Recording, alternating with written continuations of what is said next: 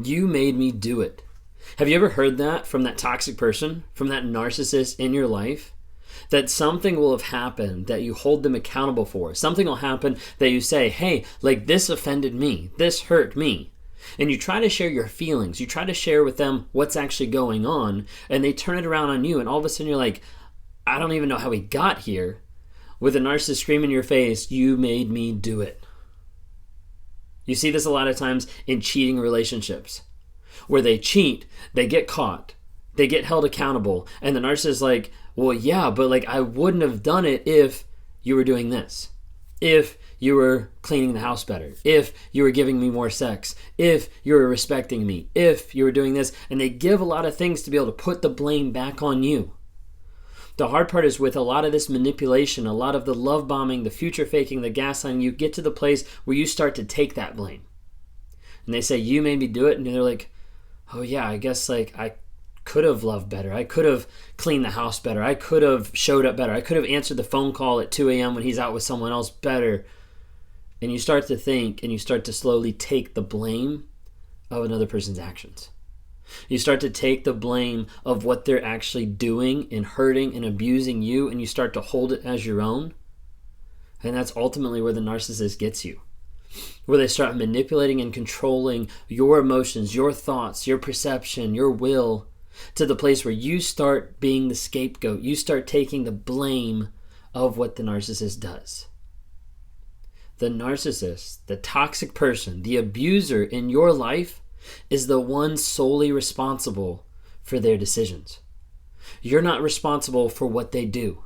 You're not responsible for what they say. You're not responsible for how they abuse, manipulate, lie, and cheat with all these other people out there. What you're responsible for is you. For your mental health, for your emotional safety, for your physical security. You're responsible to take care of you, take care of the kids, take care of the family, whatever it might be. You're responsible to take care of you, and that comes down to growing and focusing on having clear boundaries in your life so that you can continue to grow to be the best person that you can possibly be. Regardless of what you've been through, that is possible. Healing is possible, change is possible, growth is possible.